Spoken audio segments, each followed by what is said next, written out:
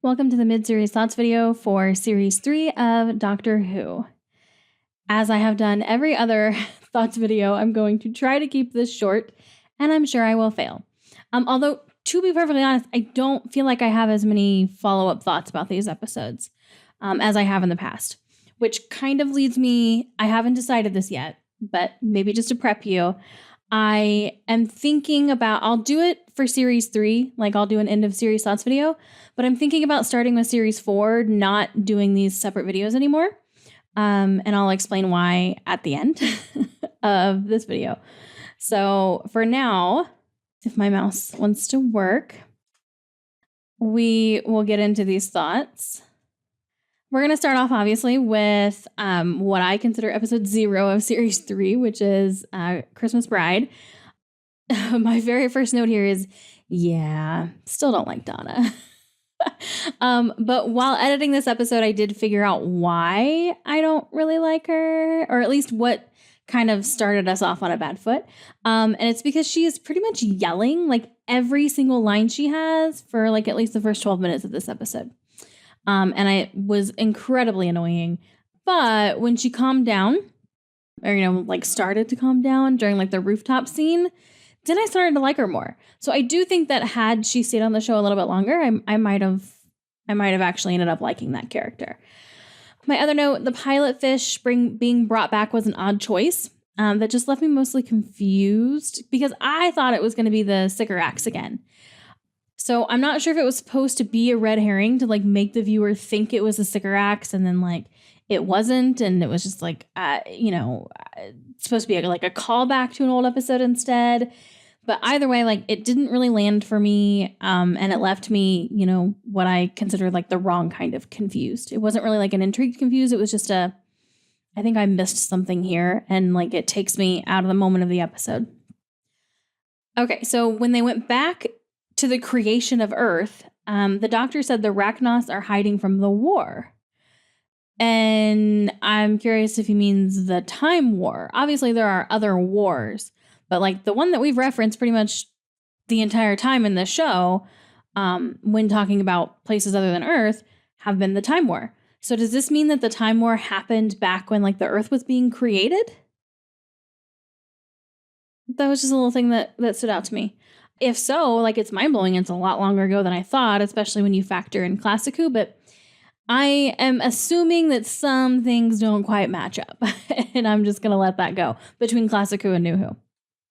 The scene, my last note here, honestly, like for this episode, because I mean, it was pretty obvious how I felt about the episode while I was watching it.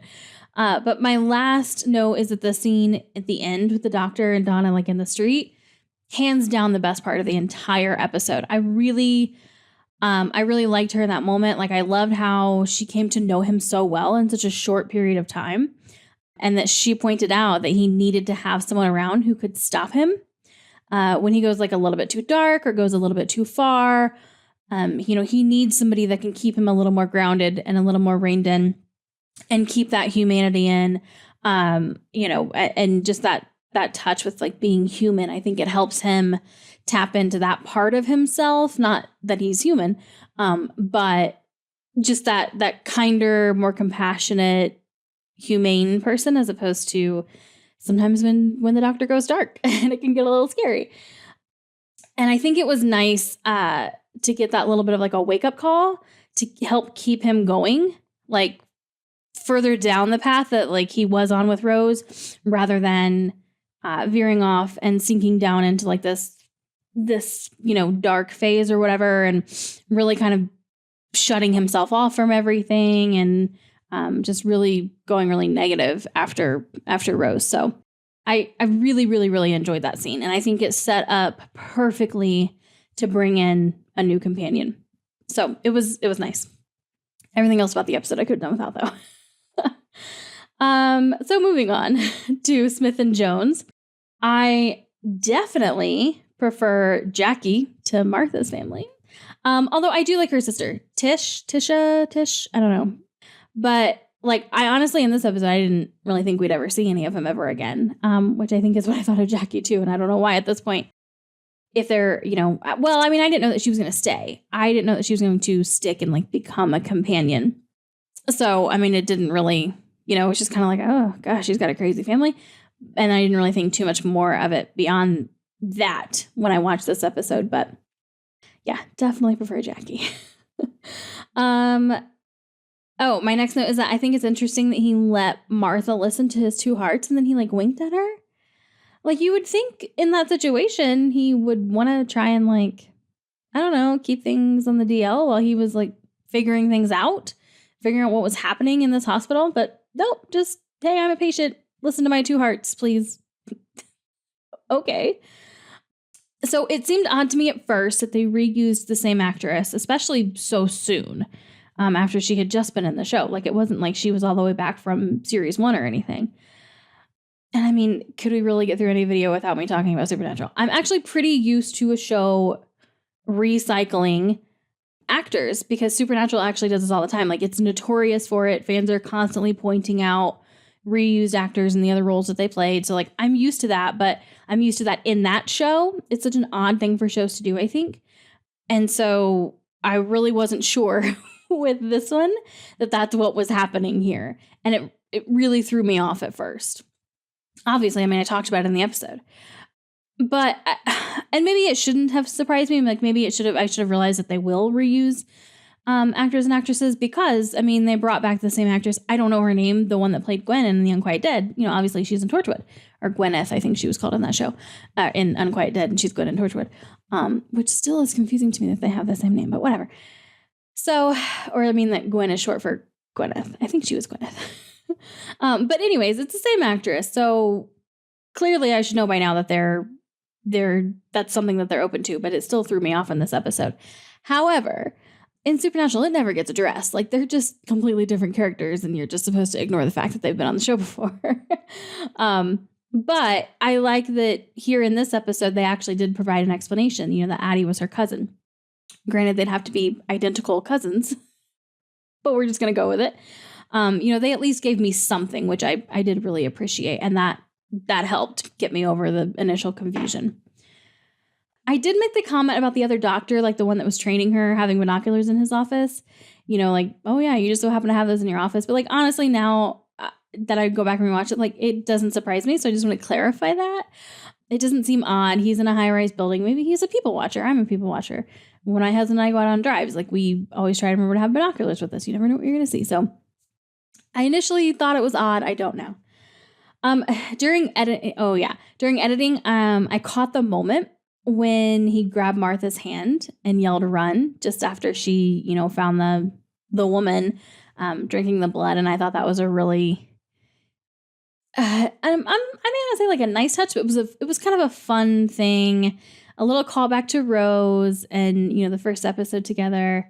Because like I love that. Like when I go back because I do go back sometimes and watch like my old reaction videos.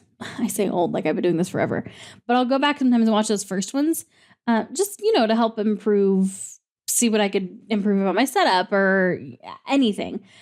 And I've gone back and watched that one a couple of times, and that's always like the part that I love is when he grabs her hand and says "run." So it was nice to get that here with the new companion. They kind of both started off ish the same way. Oh, and I like that the doctor is really happy when Martha calls him doctor. He gets really excited. He's like, "Oh, you called me doctor." And then, he smiled later. Like he is really glad that she's admitting, or at least, calling him doctor. And I think it shows that he like really respects her and respects her opinion because he is happy that she is finally acknowledging his moniker, I guess. Like, I don't know. I don't know if it's a title. I don't know why the hell he calls himself doctor, but it just very clearly he's happy that she's acknowledging that he's the doctor. And I think that shows that he just respects her and values what she thinks. My question here, how does he get new sonic screwdrivers? Because this one was like fried and he just like tossed it away and then he's got a new sonic screwdriver. Where do these come from? How does he have these? And if he can just make more, why doesn't he have like 8 on hand at all times? Because he loses them sometimes. Like give one to Martha so she has her own. Where do they come from? I want to know, but also I don't want to know. Don't tell me if it might get answered someday on the show. And even if it doesn't, like, still don't tell me. a reminder that when I ask questions, unless I say otherwise, they're all rhetorical. Oh, okay. So I made the comment after Martha closed the other doctor's eyes that she's very similar to Rose, and I still think that. But 7 episodes in now, I can definitely see some differences, and I'm going to talk about those differences in the episode where I really first started to notice them. So that's actually all I have for Smith and Jones. So going on to the Shakespeare Code. Again, another one that I shared more thoughts on. It was very obvious, like, I thought a lot of things were over the top, but I still really enjoyed the episode. And I think part of it is like, because I really do like love things that have to do with like witches and witchcraft. Like every preteen girl, at least here in the United States, like I went through my little witch phase where I was checking out witchcraft books from the library, and The Craft was like my favorite movie. And I was constantly trying to change my eye color. And we played like these little games where, like with my friends and I, like you have cards with shapes on them. And so you like, you know, try to guess what's on the card or whatever, like tap into your intuition and all that stuff. You know, light as a feather, stiff as a board, all the things. That is pretty standard, I think, for a lot of young girls. But I went heavy into it, and I still think all of the stuff's really fascinating. I don't believe in witchcraft, but I still think it's really interesting to watch things about. However, these witches were a little on the campy side. And by a little, I mean a lot. And their makeup was just way overdone. And I would have preferred if they had treated these witches. I mean, they're carrier knights, but, you know, for all intents and purposes, they're witches. I wish they would have treated them a little more seriously. I think this could have been a really cool episode if they had gone more serious instead of more camp. And maybe it's because the one before it was a little more serious. The one after was a little more serious. So maybe this one in between, they wanted something a little campy and fun. Something a little more for the kids. But I would have really liked this one had it been like a serious episode with some serious witches and some scary ones and not as much overacting and bad makeup and graphics and stuff. But still, again, somehow I liked this episode. I still don't understand, though, how Shakespeare could tell that the psychic paper was blank. And the doctor called him a genius, and the witches did too. But that just seems like kind of a weak explanation, just that he's a genius, so he knows it's blank. Because surely, like, the doctor's encountered other geniuses before in all of his travels. Like, I mean, I feel like this would have to happen a lot more often. So, I don't know. That just kind of seemed a little odd for me that he was able to tell that it was blank. Yeah, so my favorite part of this episode, I think, was when, like, the main, I don't know their names, the main carrier knight, the main witch, the younger one, and the doctor kind of, like, have their little showdown. And, like, as part of that, the reason why I really like it, I mean, I think it's a well-done scene. And I think this is one of the moments where, because I commented in the episode that sometimes the woman's acting could take me out of the moment a little bit, but that's because that's what the episode was. It was campy and over the top. But she had these other moments where I could see her like actual like talent and stuff coming through. And I think she could have played a serious role really well. And this scene is where I can see that. But also like the doctor's concern for Martha after she gets named is really nice to see. Obviously, his anger over Rose being brought up. Love that. And I also really thought it was interesting, like her mentioning that he didn't have a name. I feel like she should have been able to pick up on the name Time Lord, though. So it's odd to me that she didn't. She didn't get that. But I love that he could go to a dark place after losing Rose. He could. And every time she gets brought up, you know, sometimes we get that faraway look in his eyes and he gets quiet. And then just like has to change the subject. But in this moment, like it enraged him, which I loved. And he said that, you know, Rose's name keeps him fighting and stuff. And that was a really nice moment to see. We had another mention of the Eternals, which I think is like the second or third. I think it's maybe the second or third mention that we've had about these Eternals. So I feel like that has to mean something, but I could be wrong because I'm also still waiting for something with this whole darkness thing, and that hasn't popped up either. So again, I could be wrong, but that's just something that has stood out to me. So whether that means something or not, I don't know. And then my last note for this episode was bad breath or not. I feel like if you get the chance to kiss William Shakespeare and he looks like that instead of what you think he's supposed to look like, you gotta take it. Like, how do you not do that? I mean, I guess maybe I'd have to smell the breath, but it's William Shakespeare and he's actually attractive. Like, what? Yeah, so I feel like there's a real missed opportunity by Martha there. But, maybe that's just me. Okay, so episode 3, Gridlock. I am still baffled by the couple in the opening scene basically being the people from the American Gothic painting. Like, is it supposed to be just like a random little funny thing that they happen to look like them? Or is there like a story behind it, behind the scenes? It just seems odd to me that that's how they would start this episode out because it's so intentional. If they had been like one of the random people when the doctor's like jumping through all the different cars, whatever they are, that I think would just be like, oh, haha, funny. Like they're, like that painting. But like we start the show off with them. And so they seem a little bit more significant. So again, just seems odd. Okay, so my next note is that Martha has a fierce personality. Like Rose, this is one of their similarities, and it's demonstrated when she finds out that the doctor took Rose to the New Earth, and she gives him shit for it because her feelings got hurt, and she's feeling insecure and jealous, which is also very Rose-like. But she's got this little fire that comes out, this little rage that comes out of her every so often that I kind of like because, again, I can relate. So just some comparisons here between the Doctor and, the 9th and 10th Doctors, which I think I've talked about before, but I'm not sure, so we'll just mention it here.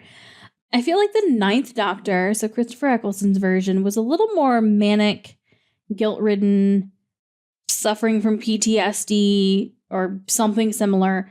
And the 10th Doctor kind of tends to like go to rage more often than not. Like he gets really fired up, whereas Christopher, I feel like, kind of his emotions were all over the place, especially in Dalek, but in other episodes too.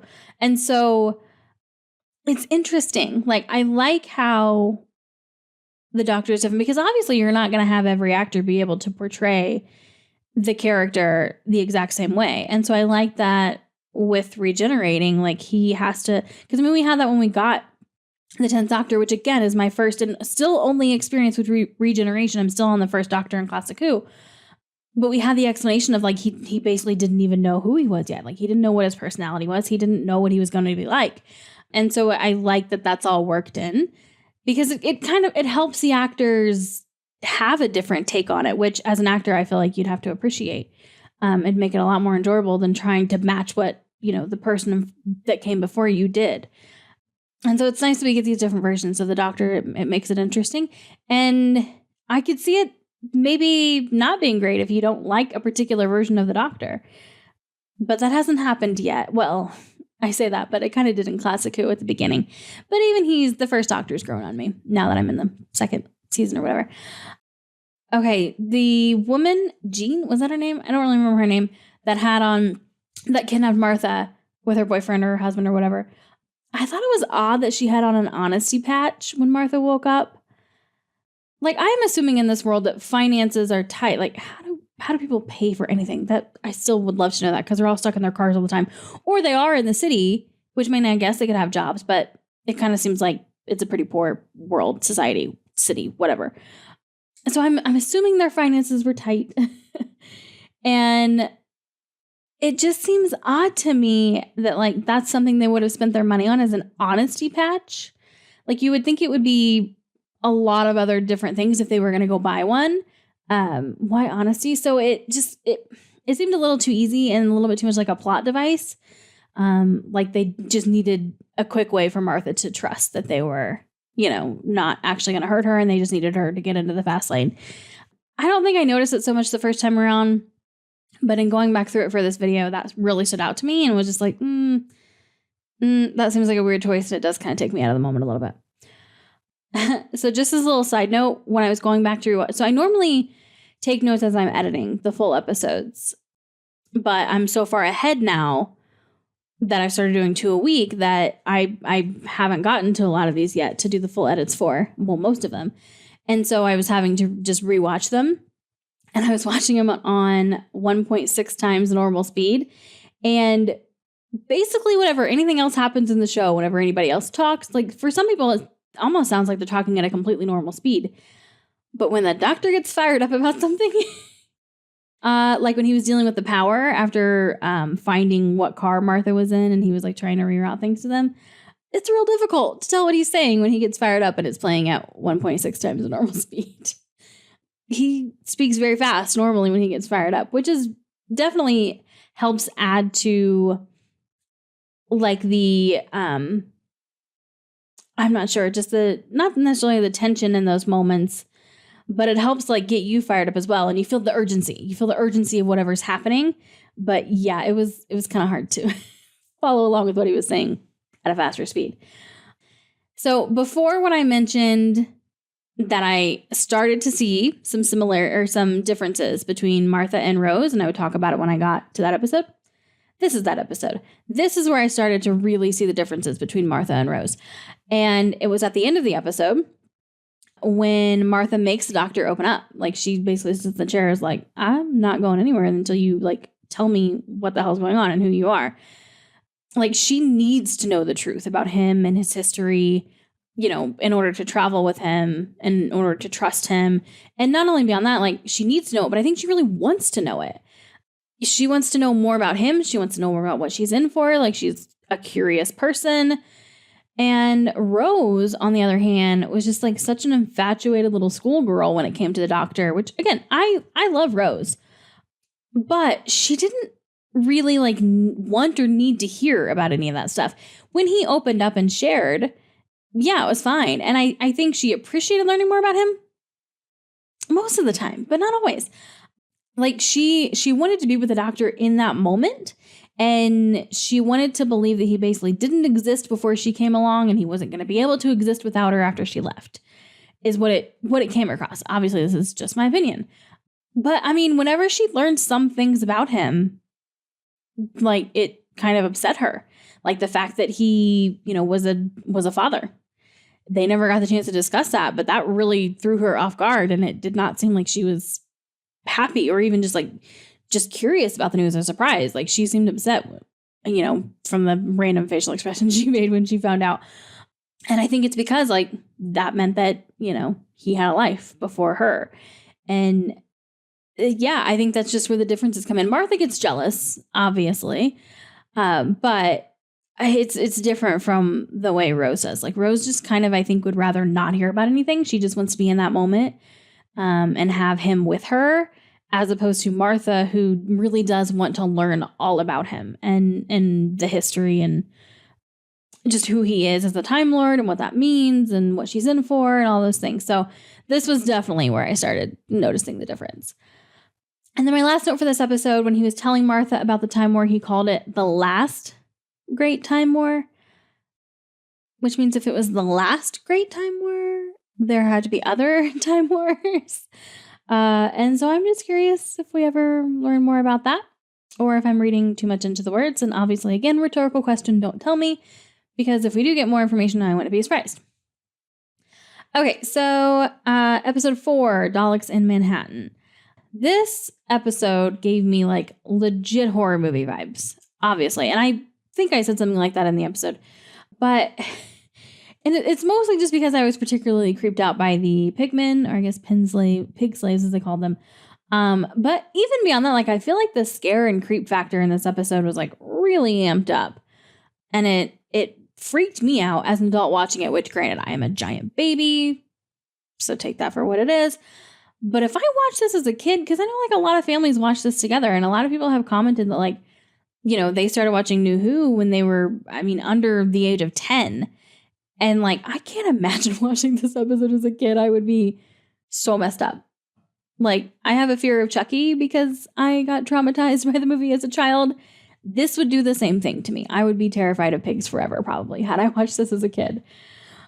I do want to clarify a comment that I made.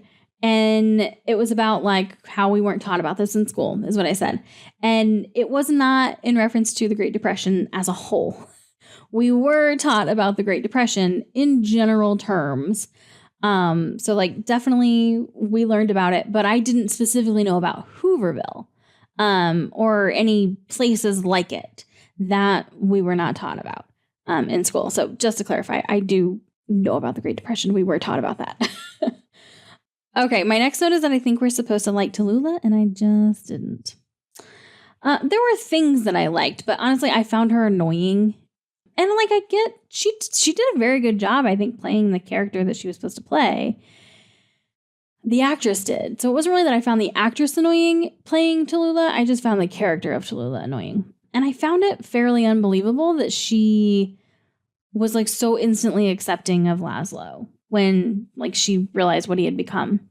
Like she right away was like, had her hands on him and like on his face and was like, what happened to you or what'd they do to you or something. Like, that's not the reaction I feel like most people would have. Like they would be really hesitant at first. Like I'm not saying she couldn't come around to it. I would believe that. But it was just like the immediate acceptance of her like touching him and all this stuff. And I don't know. It didn't seem believable. I love the line, they always survive while I lose everything. Another one of these great lines from the Doctor that just like, twist that knife, get you right in the feels. And it obviously makes me think about like his people and the Time War and Rose. But it makes me think about also like Classic Who, because the Doctor like lost to Susan when she fell in love with David after the battle with the Daleks in, which I guess spoiler alert, if you haven't watched Classic Who, in the Dalek Invasion of Earth, which is funnily enough the story that I like just wrapped up. So like the timing on this is really funny. And it, like he lost Susan because of an experience with the Daleks. Like that's when Susan left. So, which was his last bit of family. Like that Susan was it. I am assuming. I don't know if at the time of Classic Who, those first 2 seasons or whatever, if the Time War had already happened and the two of them were all that was left. I haven't quite figured that out. I don't know if that's supposed to be the case anyways. But either way, Susan was it. Susan was his family and she was no longer with him. And it was because of something that occurred while they were battling the Daleks. So like he kind of has lost everything because of the Daleks. But it also makes me wonder if he's lost any other companions, like during Dalek stories in Classic Who that I haven't seen yet. So I'm going to pay attention to that, hopefully, if I remember. When the Doctor and Tallulah find Laszlo in the sewer, I feel like she also, which again, this goes back to, I guess maybe I should put these two notes together. Another thing that just seemed a little bit unbelievable and took me out of the moment was like, she probably should have recognized his voice right away. Like he was in shadow, so she didn't even have the whole like shock of seeing what he looked like. And his voice wasn't all that different. It was a little muffled because of the like tusks or whatever, but he still sounded like Laszlo. So it was just odd that she like really didn't recognize his voice. Because I mean, she had reason to believe that he was still around. Like she was still getting that flower on her like dressing room table every night. So yeah, that took me out of the moment. So going on to the second part of this evolution of the Daleks, when the Doctor is yelling at the Daleks to kill him, I struggled to like think of what larger plan that could be part of. I know he normally likes to take the heat and have whatever they're battling focus on him so other people can get away. But like, these are the Daleks. It would have taken a split second for them to kill him. And so I feel like maybe that was a little bit more like he kind of wanted them to actually do it. I think there was at least a little part of that in there.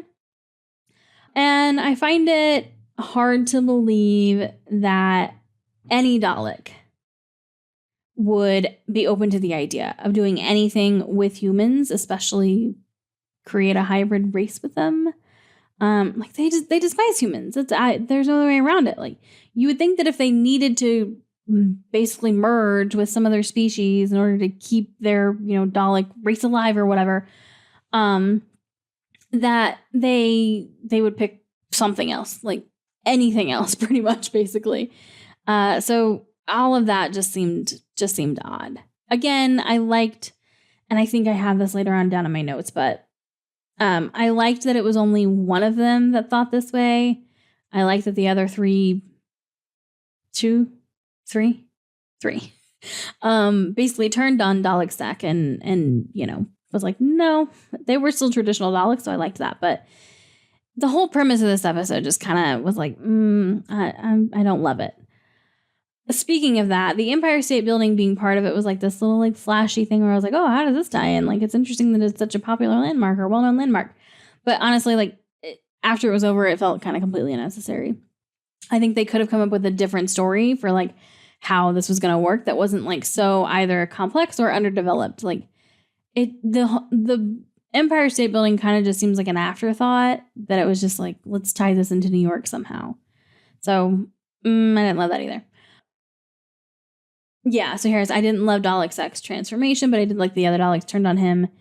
So I did like the other Daleks turned on him. However, one of them before that happened said, what's your opinion of Dalek Sek? And I think even just that wording seemed odd. Like, Daleks shouldn't have opinions, right? Like, they just have their objective, which is basically to destroy everything that's not them. And I feel like they make decisions based on whether it's going to get them closer to that objective or not. So, like, there's not really any opinion to form. So that also I thought seemed odd. I said in the end of the reaction that I would elaborate on why I was torn about whether or not I would rewatch this episode. And after watching it for a second time for this video here, I would skip this two-parter on a rewatch. It's not one that I would rewatch again. I liked the love story aspect of it, getting past the initial part of Tallulah just like accepting Laszlo. I think that's a little odd, but I'm a sucker for a good love story. So I like that aspect was in there. Like, even though she was annoying and she shouldn't have been immediately okay with it, I do like the two of them like coming together. It was a fun little thing for me to have in this episode. It was sweet. Especially, it's mostly that I like the Laszlo side of it, that he like held on for her and he was like still bringing her a flower every night, and all that was so sweet and cute. I did like both of the other two guest stars in this episode, the two from Whoville, Andrew Garfield, is that his name? I don't know the other guy's name, but I did like both of them, so they were nice to have in this episode. And even though the story felt drawn out, like I commented even those reactions that the episodes felt pretty long, and I feel like if they took the Empire State Building part out of it and just came up with an easier explanation, it didn't need to be 2 episodes long. So even with that, I did like that it was a different spin on the Daleks, which is, I think I said the same thing at the end of the Cyberwoman episode in Torchwood. Like, if we keep having these same things come up again, like Cybermen and Daleks, you can't just have it be the same thing over and over and over again. You have to change it up a little bit. And they definitely did that here. So I at least appreciated that they made the effort to like change it up. Yeah, and I basically still feel about this episode like I did at the end when I said that I didn't love the idea of the Daleks like evolving, but I was more willing to accept it. It was more believable, and it was like essentially one rogue Dalek as opposed to all Daleks working together to do this. I still feel that way. So episode 3-6, the Lazarus Experiment. I also still agree with the thoughts I shared at the end of this episode as well. So yeah, Martha being really surprised at her sister's job is odd to me because she was only supposed to have been gone for a day. And they seemed like they were close enough that Martha would have definitely known if her sister was the head of PR for a major company. I feel like that would have come up at some family event, some family function sometime that she was the head of PR. So that didn't work for me either, that she was surprised. I really enjoy the moments where the Doctor is impressed by Martha, which happened in this episode. And I feel like Rose surprised him, but I feel like Martha impresses him. And there's definitely a difference. Because Rose thought of things that he didn't think of, but it was because she thought of them in more simplistic terms. He got too complicated with it. And Rose could break it down and think of it, like a normal person could. And so she would catch things that he wouldn't sometimes. And so that's how they worked together really well. Well, Martha's a little more on the Doctor's level, obviously not really, but more so than Rose was. And so I like those moments where she comes up with an idea and he's like genuinely impressed because he's like, oh yeah, that's a really good idea. Like, I like the way you think. Those are nice little moments to witness between them. And again, showcases the difference between Rose and Martha and helps separate those two characters. So they feel completely different, which obviously they are. But again, me coming in, this is only my second recurring like true companion. So you're going to have to make comparisons, especially when they do have a lot of similar qualities. So this was one way to help kind of make them two distinct characters. And it's nice.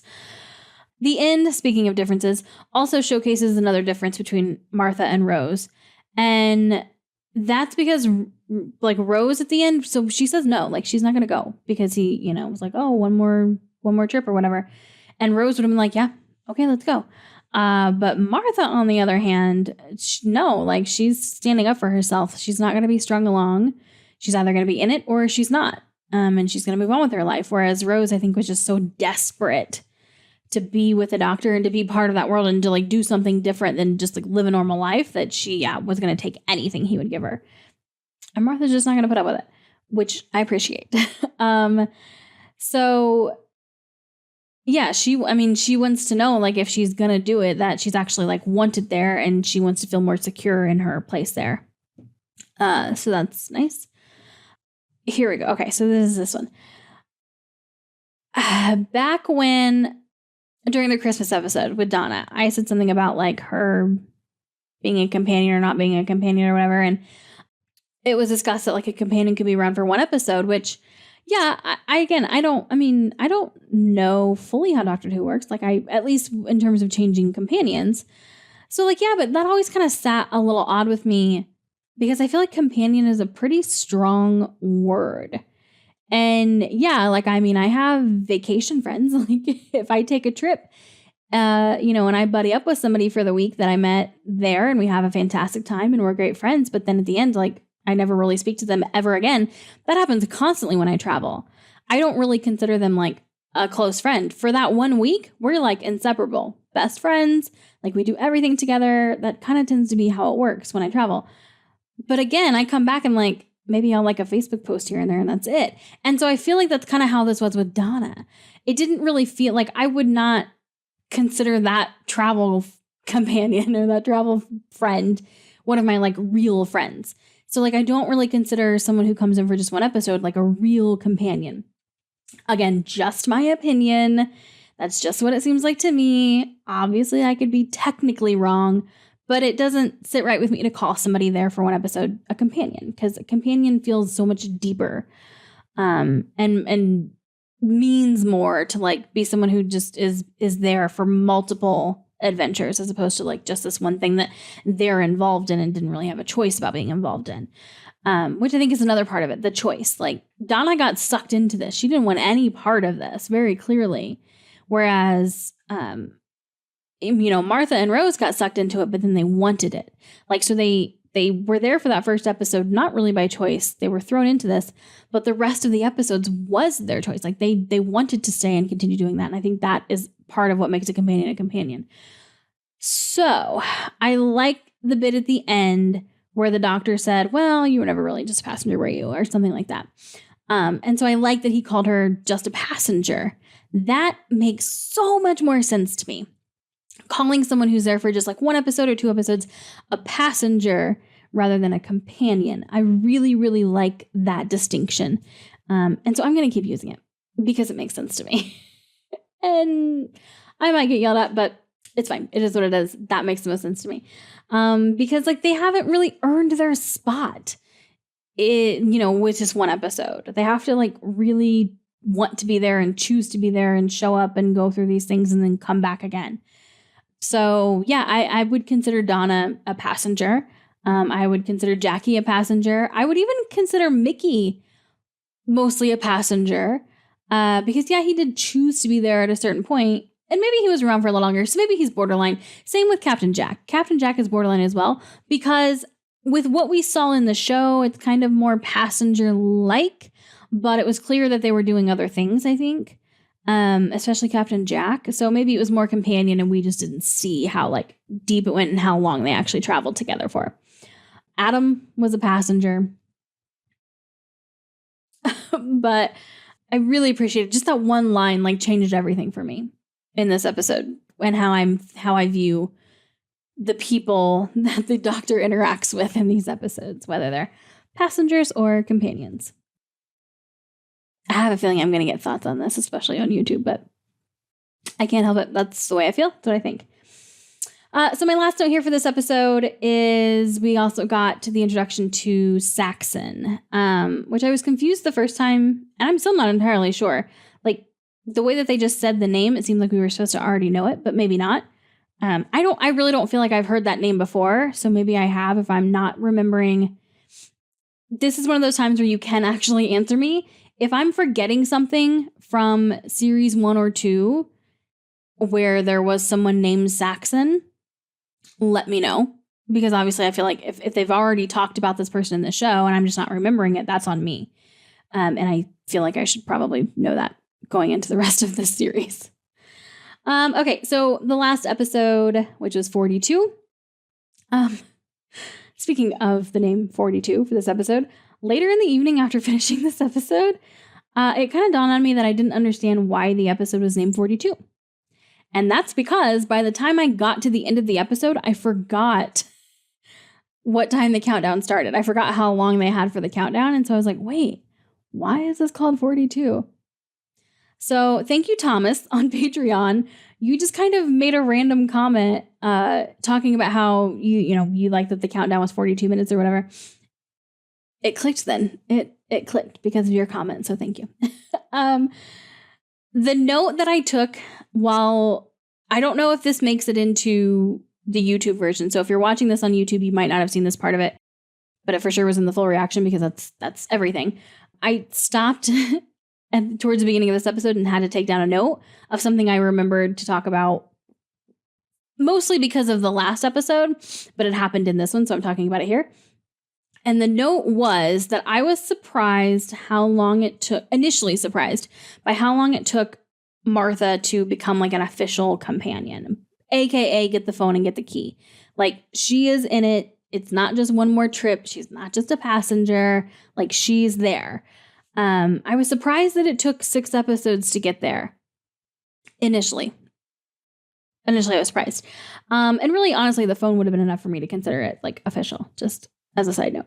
But after thinking more about it and like going back and rewatching these, I'm actually really glad it took a little while. Because I think if they had like just had her come in and be a companion for the first episode, I think that would have really annoyed me. Like we were just like replacing Rose. And his line from the previous episode where she was never really a passenger, like to begin with or whatever, shows that he felt a connection right from the start. Like she was never just a passenger. So from the very beginning, he felt that she was special. They had that companion connection. So like there was a possibility for that. And I think he felt that from the beginning, but it took him a little while to like allow himself to admit that, and to like open back up to the possibility of caring deeply for someone else again.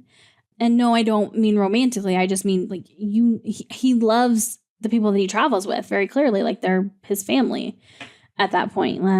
Like they're his entire world, basically. They're what he has. So it takes a lot after losing someone, whether they're still alive or not. Like he lost her. And for all intents and purposes, like we'll never see her again as far as we know. It would take a lot for him to be willing to like accept someone else in again.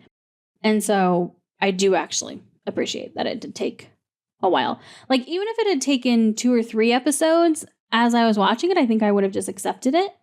But like upon reflection now, which is literally the purpose of this video, I appreciate that it did take 6 full episodes basically for that to happen. So getting to this episode and what happens in this episode, I liked that the thing taking over the crew was actually connected to the overall situation. Because for a lot of the episode, it doesn't seem that way. It kind of seems like we have this really terrible thing happening at the same time that like everything is going wrong with the ship. It's not apparent that the two are connected, even though the doctor says like, why is it targeting you? But it just didn't seem really super obvious that it was connected. Not like in Impossible Planet and Satan Pit. Like that was very clearly connected to what the ship was doing. And in this one, it seemed fairly disconnected throughout most of it, but it was nice how it all tied back together. So I appreciate that because, yeah, if it had been disconnected, it would have annoyed the crap out of me. Freema, I think, is the actress's name. I think she really shines in this episode, particularly in the like jettison pod scene when they're, before they even get released, where she's like screaming and like pounding on the window and like yelling about the things that are happening. And then, you know, she gets emotional when she calls her mom and like all those things. I think she did a really good job with just the whole time of her being involved with that jettison pod. I really like, speaking of the jettison pod, how when it disengaged, because you could hear them both at first. You could hear the doctor and he couldn't hear Martha, and you could hear Martha, but you couldn't hear the doctor. And then I liked that as it got further away, you couldn't hear anything anymore. Like it was just silent. I thought that was just a really nice touch to emphasize just how disconnected they were, and they couldn't hear each other, and they were just getting further and further apart. So that was just a nice little touch that they did with the sound there. And then my last 2 notes for this episode, I love that the doctor kept calling out for Martha when he was being taken over. That was nice, like, because he couldn't see where she was, and he just wanted to make sure that she was there and she was okay and that she was going to be safe. And he wanted her, like he wanted to hear from her. He wanted to talk to her, you know, because he was going through this big thing and he was scared, which I also loved that he admitted and was kind of heartbreaking. Like it's almost, it's kind of that feeling like when you see your dad cry, you're just like, oh, this is weird. This is weird. You know, with the doctor admitting that he's scared. And I mean, he said it twice, and you're just like, oh, wow, like shit's real bad if he's actually admitting that, because he literally laughs in the face of danger a lot of times. And so for him to admit that he was scared here was, I feel like, pretty big. And then my last note is that it was an election day. That was obviously said, and I feel like it was important that it was said. And they asked Martha's mom, I still don't know her name, if she voted. And all this stuff is odd, by the way. I mean, it's all odd in this episode, so it obviously serves a purpose. So I'm guessing this Saxon person is a politician and that he has something to do with where the end of the series is going to go. So that's about it. Like that's, if I have any guesses for where series 3 is going to go, how it's going to end, it's going to be something to do with Saxon. That is all I know.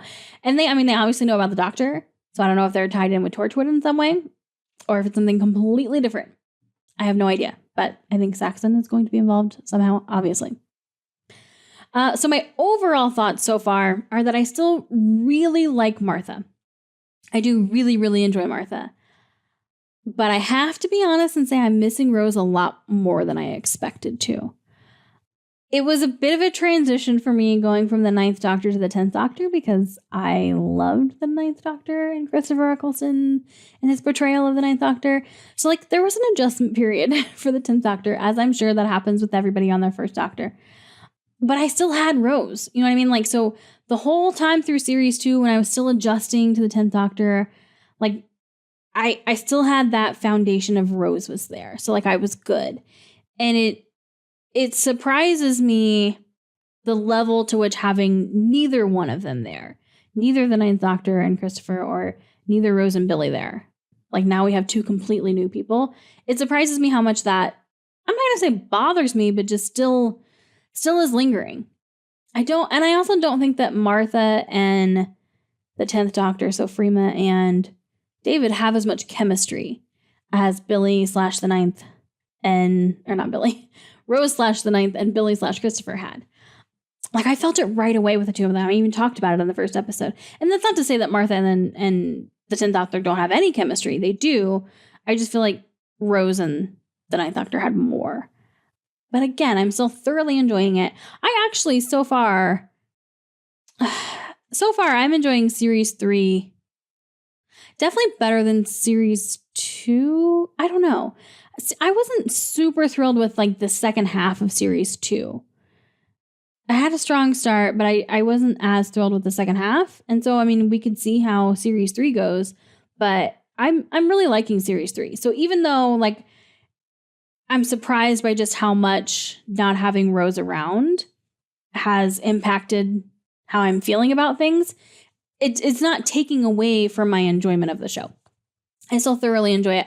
I just don't think I'm quite as invested as I was when it was Rose. And mostly the 9th, but even the 10th.